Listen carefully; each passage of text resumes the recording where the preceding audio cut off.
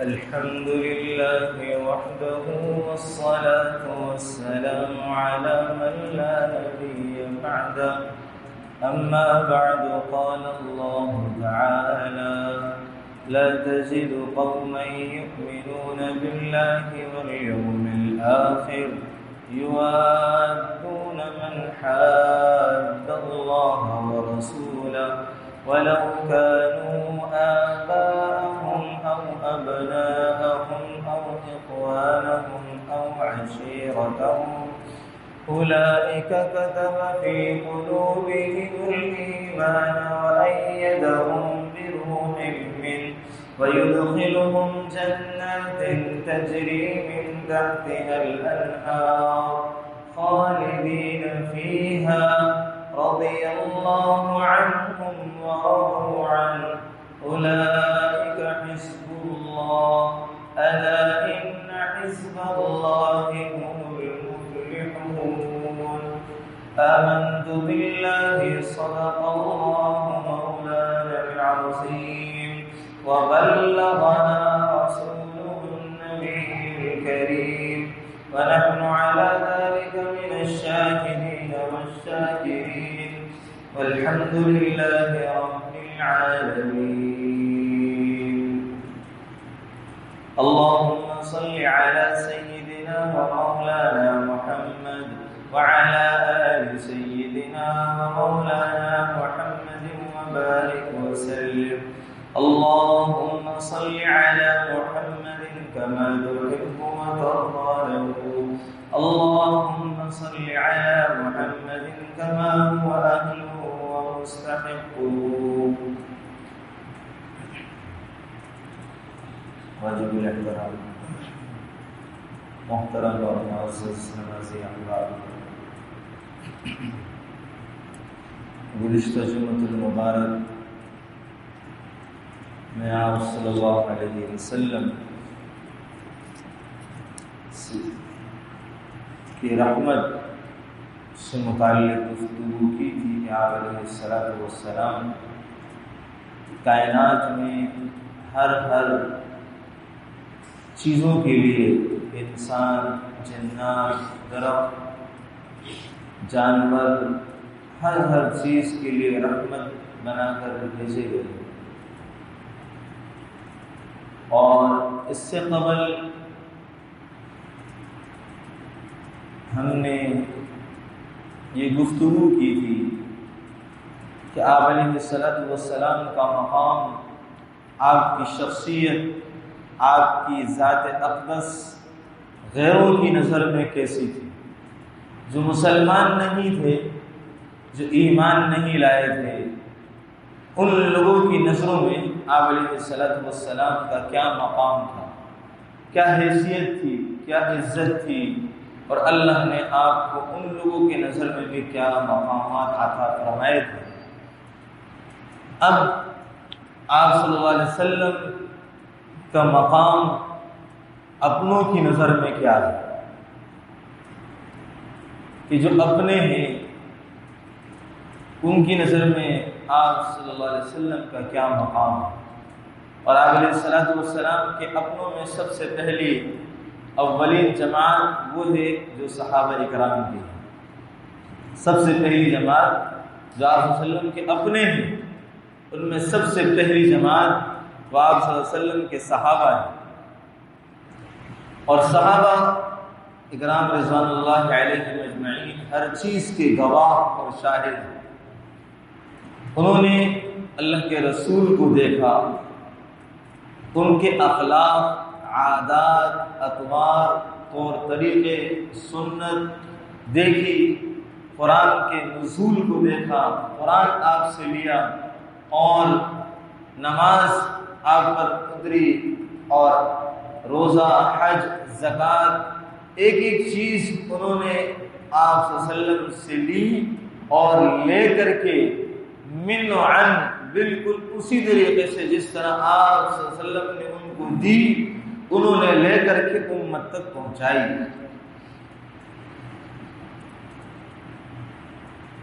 یا صحابہ اکرام رضوان اللہ علیہم اجمعین کا کمال ہے. اسی وجہ سے یہاں تک کہ آپ صلی اللہ علیہ وسلم کے بال کیسے تھے، ناک مبارک کیسی تھی، بھویں کیسی تھی، آنکھوں کی پلکیں کیسی تھی، دانت کیسے تھے، خلا کیسا تھا، اور آپ علیہ السلام چلتے کیسے تھے، آپ کا ہاتھ مبارک کیسا تھا، آپ کا سینہ مبارک کیسا تھا، چال چلن کیسی تھی، بیٹھنا کیسا تھا، اٹھتے کس طریقے سے تھے، گفتگو کس طرح فرماتے تھے، مجلس میں اگر ہوتے تھے تو کس طرح گفتگو فرماتے تھے، تو سلام کرتے تھے تو کس طرح، اور سامنے والا مخاطب کرتا تھا تو جواب کیسے دیتے تھے، ہر چیز کو صحابہ نے محفوظ کیا اور امت تک منتقل کیا، شمال جنوب مشرق اور مغرب تک صحابہ اکرام نے اللہ کے رسول کی ایک ایک چیز کو جس طرح لیا تھا اس طرح پہنچا کر کے امت پر اپنا حق ادا کیا۔ یہ اولین جماعت ہے جو آپ صلی اللہ علیہ وسلم کے اپنے تھے۔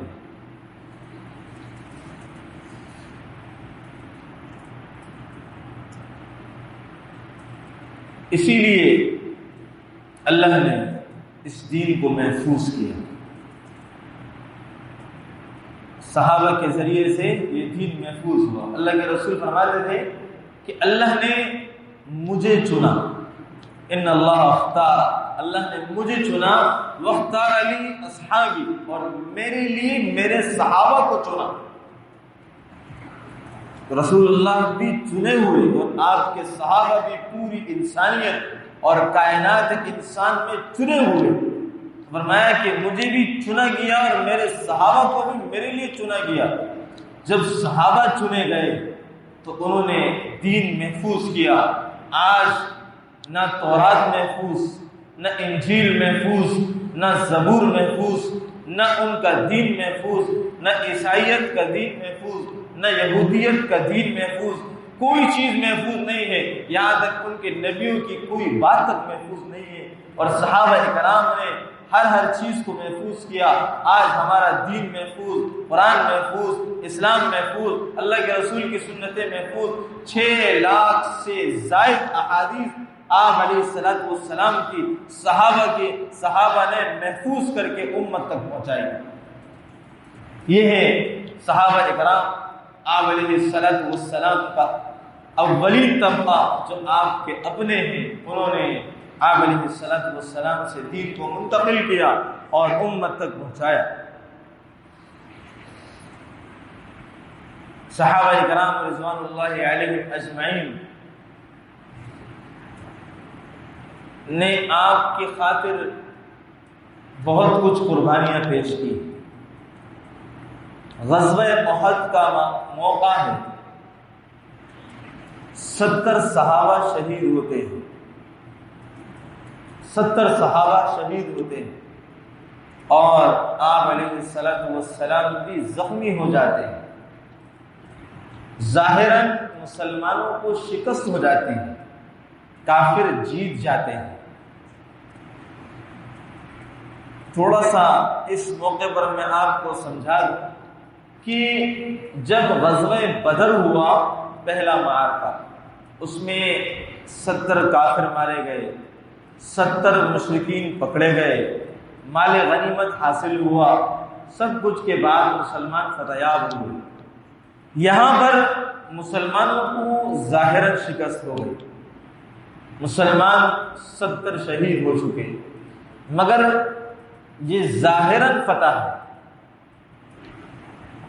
جب ابو سفیان کا لشکر واپس ہو گیا، واپس ہونے کے بعد ان کو کچھ دور جا کر کے یاد آیا اور سمجھ آیا کہ ہم نے فتح حاصل کی، اور کیسی فتح حاصل کی، ہم نے ان کو مارا اور جنگ ختم ہو کر ہم واپس آ گئے، نہ ہم نے ان لوگوں کو قیدی بنایا، نہ ہم نے ان سے مال غنیمت حاصل کیا، کچھ بھی تو نہیں ہوا۔ انہوں نے سوچا کہ ہم واپس جاتے ہیں اور ان سے پکڑتے ہیں، گرفتار کرتے ہیں، اور جو ان کے چند لوگوں نے منع کیا کہ یہ غلطی نہیں کرنا، اور آپ علیہ السلام کو وحی کے ذریعے اس کی اطلاع ملی تو آپ نے فوراً تیاری کی کہ یہ لوگ اگر وہاں سے چلنے کی کوشش کرتے ہیں تو ہم یہاں سے نکلیں گے اور اسی حالت میں نکلیں گے۔ وہ لوگ واپس نہ ہوئے، وہیں سے روانہ ہو گئے۔ تو یہ ظاہراً فتح ہے، اور باطناً اللہ نے آپ علیہ السلام کو ہی فتح دی کہ مسلمان نہ غلام بنائے گئے، نہ پکڑے گئے، نہ ان کا مال چلا گیا، کچھ بھی نہیں ہوا، جانی نقصان مسلمانوں کو اٹھانا پڑا، اور آپ علیہ السلام کی نافرمانی اور بات کی نہ سمجھی کی وجہ سے اٹھانا پڑا۔ تو جب آپ علیہ السلام بھی زخمی ہوئے اس موقع پر مسلمان تتر بتر ہو گئے، ادھر ادھر بھٹک گئے، آپ علیہ السلام بھی کافروں کے نرغے میں آ گئے۔ تو آپ نے فرمایا، ایک لشکر آپ کی طرف آنے لگا، تو آپ نے فرمایا کون ہے جو ان کو روک دے؟ ایک انصاری صحابی کھڑے ہوئے اور انہوں نے اس لشکر کا مقابلہ کیا یہاں تک کہ شہید ہوئے۔ پھر وہ لشکر آگے بڑھا، آپ نے پھر فرمایا کون ہے جو ان کافروں کو مجھ سے دور کرے گا؟ تو پھر دوسرے انصاری کھڑے ہوئے، اس طرح تیسرے، چوتھے، پانچویں، چھٹے، ساتویں، 7 انصار صحابہ نے اللہ کے رسول کے نام پر اپنے آپ کو قربان کر کے اپنی جانوں کے نذرانے پیش کیے اور آپ علیہ السلام کو محفوظ کیا، آپ کی ذات اقدس کو محفوظ کیا۔ اور جب جنگ ختم ہوئی تو اللہ کے رسول نے فرمایا کہ سعد بن ربیع کا حال معلوم نہیں ہو سکا کہ وہ کہاں ہے۔ ایک صحابی کو بھیجا، جاؤ تلاش کرو۔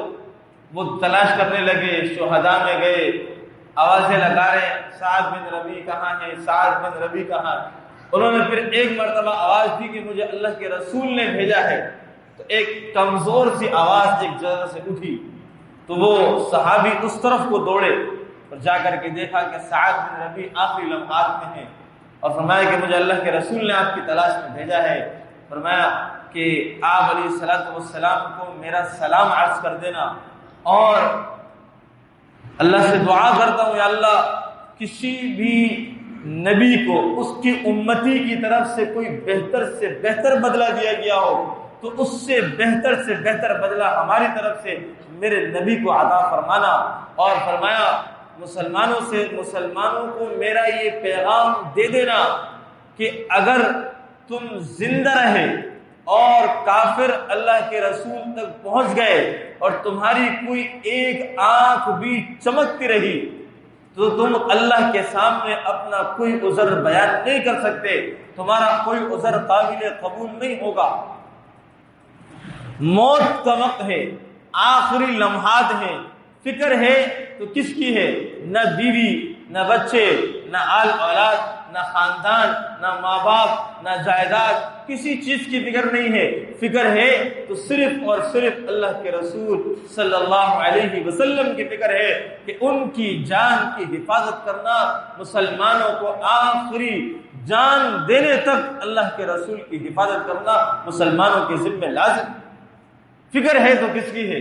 اپنی جان جا رہی ہے مگر اللہ کے رسول صلی اللہ علیہ وسلم کی ذات کی فکر۔ یہ ہے صحابہ، کیا کہیں ان کے کارنامے اور ان کی مشقتیں، ان کی محبتیں آپ علیہ السلام سے مثالی دیدنی، کمال کی محبت رکھتے تھے، کمال کا عشق کرتے تھے، اور اپنی جانوں کے نذرانے بھی فدا کا ابی و امی کہتے تھے۔ ہمارے ماں باپ اور ان کی جانیں، ان کا ہر کچھ، ہم تمام چیزیں آپ پر قربان ہو۔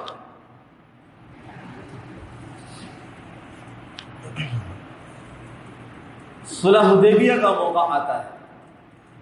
صلح حدیبیہ آپ علیہ السلام سن 6 ہجری میں عمرے کے لیے تشریف لاتے ہیں۔ تقریباً آپ کے ساتھ 1400-1500 صحابہ ہیں۔ مقام حدیبیہ میں پہنچ کر کے تقریباً مکہ سے 9 میل کے فاصلے پر یہ مقام ہے۔ آپ نے وہاں پڑاؤ ڈالا، مشرکین کو پتہ چلا تو انہوں نے یہ سمجھا کہ یہ مسلمان ہم سے جنگ کے لیے آئے ہیں۔ انہوں نے مکہ میں داخلے سے منع کر دیا۔ آپ علیہ السلام نے اپنے ایک صحابی کو بھیجا کہ جا کر کے بات کریں، تو انہوں نے ان صحابی کا اونٹ قتل کر دیا۔ ذبح کر دی، اور اس بات کے ڈر پہ بھی ہوئے تھے کہ ان کو مار دیں، مگر کچھ لوگوں نے بچایا، وہ وہاں سے آ گئے۔ پھر حضرت عثمان کو بھیجا گیا، حضرت عثمان نے بات چیت کی، وہ لوگوں نے کہا کہ ہم آپ کو اجازت دیتے ہیں کہ آپ عمرہ کر لیں، مگر ہم محمد کو اور ان کی جماعت کو اجازت نہیں دیتے۔ حضرت عثمان نے بھی عمرہ نہیں کیا، فرمایا کہ میں اپنے نبی کے بغیر کیسے عمرہ کر سکتا ہوں۔ انہوں نے حضرت عثمان کو روک لیا، اللہ کے رسول کے سامنے یہ بات معلوم ہوئی کہ حضرت عثمان کو شہید کر دیا گیا۔ اس دوران میں چند لوگ کافروں کی طرف سے بھی آئے بات چیت کرنے کے لیے۔ پہلا شخص بدیل نام کا آیا، دوسرا عروہ، بڑی عمر کے تھے، عروہ یہ آئے، انہوں نے اللہ کے رسول صلی اللہ علیہ وسلم سے بات چیت کی اور کہا کہ مسلمانوں نے کہا کہ اللہ کے رسول نے فرمایا ہم صرف اور صرف عمرے کی نیت سے آئے ہیں، ہمارا مقصد صرف عمرہ کرنا ہے۔ قریش، چونکہ ہم بھی قریش ہیں اور تم بھی قریش ہیں، اس لیے ہم دونوں کو ایک دوسرے کی جنگوں نے کمزور کر دیا۔ میں چاہتا ہوں کہ ہم دونوں ایک وقت تک کے لیے معاہدہ کر لیں اور ہمارے آپس میں معاہدے کے بعد ہم ایک دوسرے سے امن میں ہو جائیں۔ تو جب یہ بات اللہ کے رسول نے عروہ سے کہی تو عروہ نے کہا دیکھیں ہو سکتا ہے کہ قریش غالب آ جائیں، تو یہ جو لوگ آپ کے ساتھ ہیں یہ الگ الگ قبیلے کے لوگ ہیں، تو یہ سب لوگ آپ کو چھوڑ کر کے بھاگ جائیں گے۔ آپ علیہ السلام کے پیچھے حضرت ابو بکر رضی اللہ عنہ بیٹھے ہوئے تھے۔ فرمایا کہ کیا کہا کہ ہم محمد صلی اللہ علیہ وسلم کو چھوڑ جائیں گے؟ اتنی جرت تیری کیسے ہو گئی کہ یہ بات کہی کہ ہم محمد کو چھوڑ جائیں گے؟ اور انہوں نے کہا کہ یہ کون ہے؟ فرمایا کہ حضرت ابو بکر ہیں۔ خاموش ہو گیا، کہا کہ آپ کا مجھ پر احسان ہے، میں کچھ نہیں کہتا۔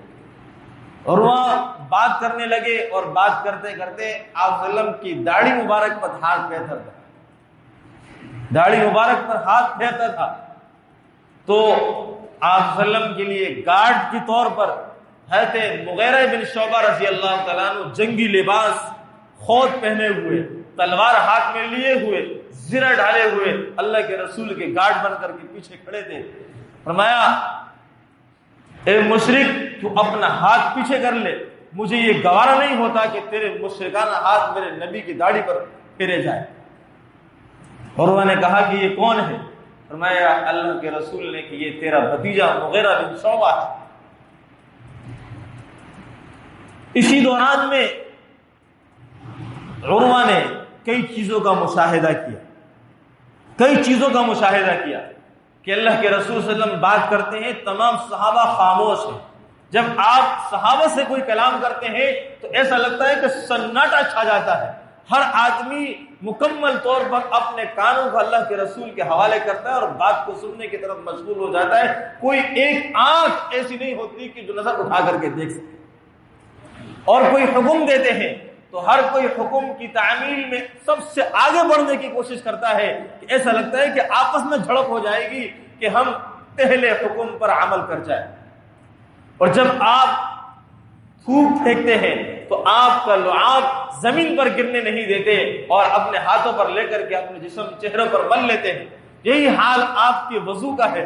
جب آپ وضو کرتے ہیں تو وہ ایسے جھڑپتے ہیں کہ جیسے آپس میں جنگ ہو جائے گی، اور اللہ کے رسول صلی اللہ علیہ وسلم کا پانی، غسالہ گرنے والا پانی لے لے کر کے اپنے چہروں پر اپنے جسم پر ملتے ہیں، اور آپ کے جسم مبارک کا بال زمین پر گرنے نہیں دیتے۔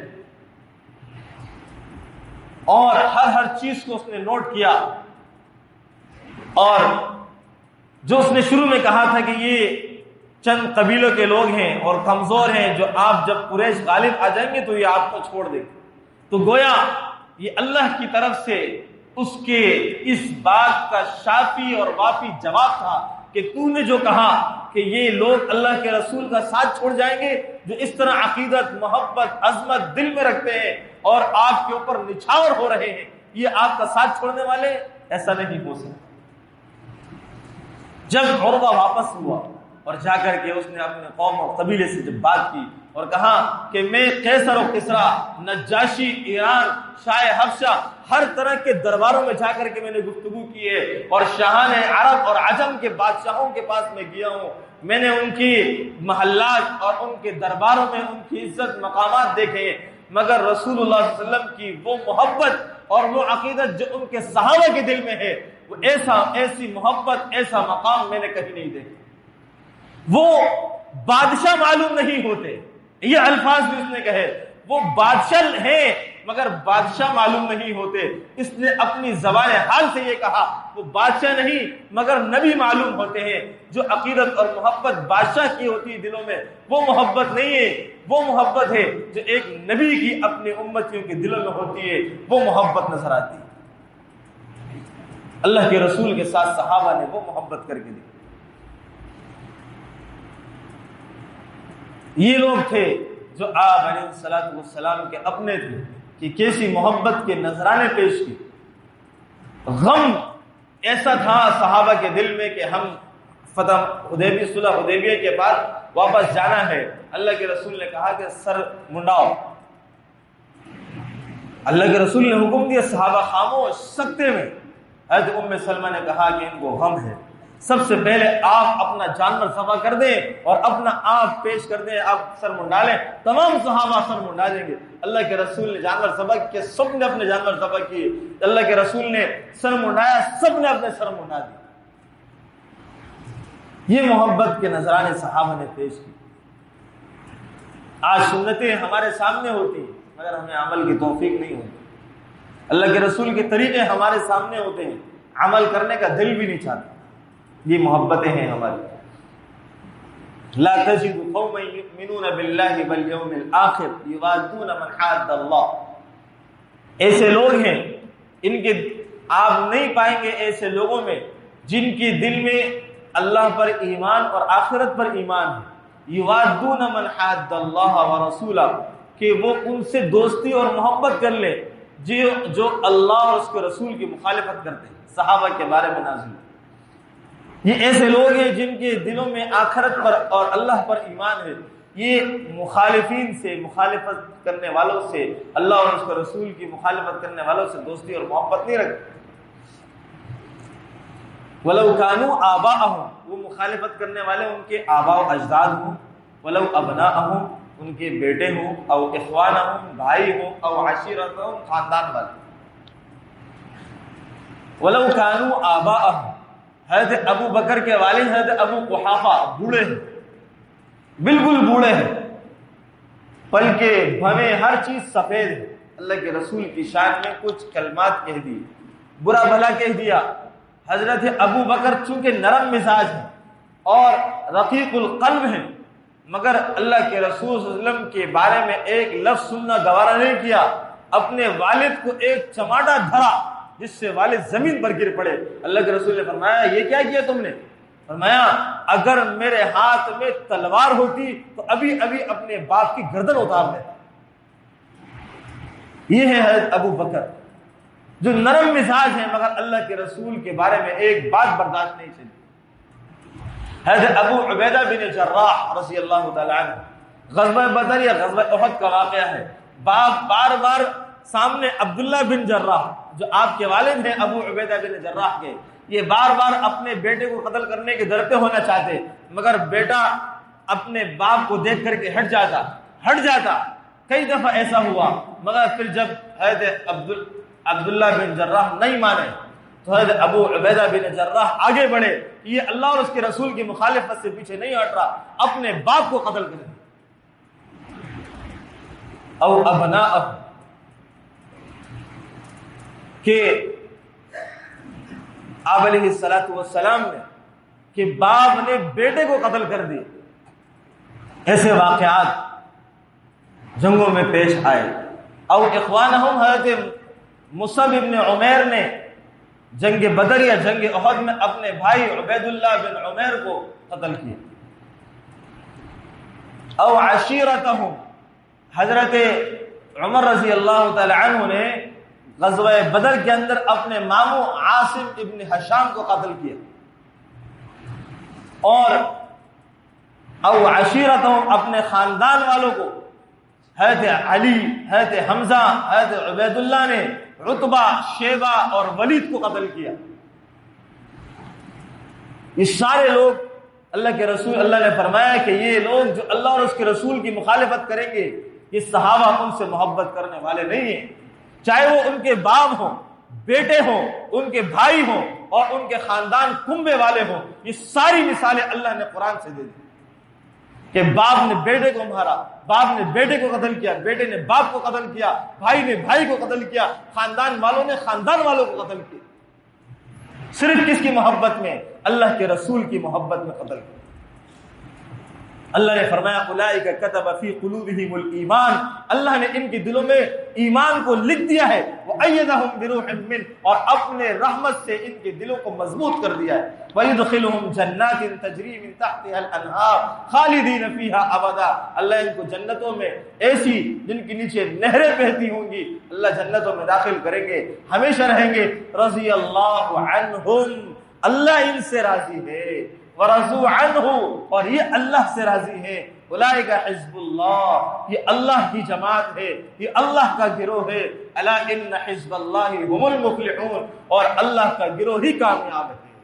اور جو اللہ کے گروہ کی پاسداری کرے گا، ان کی حفاظت کرے گا، ان کے نظریے کی اور ان کی ناموس کی حفاظت کرے گا، تو جو اللہ کی جماعت کی حفاظت کرے گا اللہ اس کی حفاظت کرے گا. جو ان کے ناموس پر مر مٹے گا اللہ اس کو، جس طرح صحابہ کو کامیاب کیا اللہ ان پر مرنے والوں کو بھی کامیاب کرے. کیونکہ اللہ کے رسول نے فرمایا ان اللہ اختار واختار لی اصحابی، اللہ نے مجھے چنا اور میرے لیے میرے صحابہ کو چنا. تو اللہ کے رسول کا وہ مقام جو اللہ نے اپنے صحابہ کی نظروں میں رکھا تھا وہ بھی دکھایا کہ یہ اپنے مقام جو اللہ کے صحابہ کی نظروں میں اللہ کے رسول کا جو مقام ہے وہ بھی دکھایا کہ یہ میرے لیے کیا کچھ کر سکتے ہیں، کیا کچھ کر کے دکھا سکتے ہیں. تو میرے عزیزو، اللہ کے رسول صلی اللہ علیہ وسلم کا وہ مقام جو صحابہ کی یعنی اپنوں کی نظروں میں ہے، اولین جماعت صحابہ ہے. تو ہمیں بھی اللہ کے رسول صلی اللہ علیہ وسلم سے محبت کا اگر دعویٰ ہے، اگر ہم محبت رکھتے ہیں تو ہر چیز سے زیادہ محبت اللہ کے رسول سے ہونی چاہیے، اللہ کے رسول سے ہونی چاہیے. صحابہ ایک ایک کر کے ساتھ اپنی جانوں کے نذرانے پیش کر گئے. حضرت سعد بن ابی وقاص اپنی پیٹھ چھلنی کرا گئے. حضرت طلحہ رضی اللہ تعالیٰ عنہ اللہ کے رسول کے خاطر زخمی ہو گئے. اور صحابہ نے طرح طرح کی قربانیاں اپنے نبی کے خاطر پیش کی. ہم سے قربانیاں نہیں، ہم سے یہ چاہا جاتا ہے کہ ہم اپنے نبی کے طریقوں پر چل جائیں. ہم سے وہ نہیں ہوتا. ہم سے اللہ کے رسول کی صورت نہیں بنائی جاتی، سیرت نہیں اپنائی جاتی، زندگی نہیں اپنائی جاتی. ہمیں پسند ہے تو غیروں کے طریقے، غیروں جیسا چہرہ پسند ہے بغیر داڑھی والا، اور سیرت پسند ہے تو انگریزوں کی پسند ہے، غیروں کی پسند ہے. اگر طریقے پسند ہے، اٹھنا بیٹھنا کھانا پینا، تو وہ انگریزوں کا پسند ہے. مسلمانیت والی چیزیں پسند نہیں آتی. کھانا تو کھڑے ہو کر کے، بیٹھ کر کے، ٹیبل کے اوپر چمچ سے کھانا، ہاتھ استعمال ہی نہیں ہوتا. ہر چیز سنت سے دور اور غیروں کے طریقوں سے قریب. تو جو جس کے طریقے پر ہوتا ہے قیامت کے دن معاملہ بھی اسی کے ساتھ ہوتا ہے. میرے عزیزو، ہمیں اللہ کے رسول صلی اللہ علیہ وسلم کی محبت اگر چاہیے تو صحابہ نمونہ ہے، صحابہ کی مثال نمونہ ہے، صحابہ کی زندگیاں نمونہ ہے. اللہ تبارک و تعالی ہمیں بھی صحابہ جیسی محبت اپنے نبی سے کرنے کی اور ان جیسے اعمال، ان جیسے احکامات کی پیروی کرنے کی ہمیں بھی توفیق نصیب فرمائے. وآخر دعوانا ان الحمد للہ رب العالمین.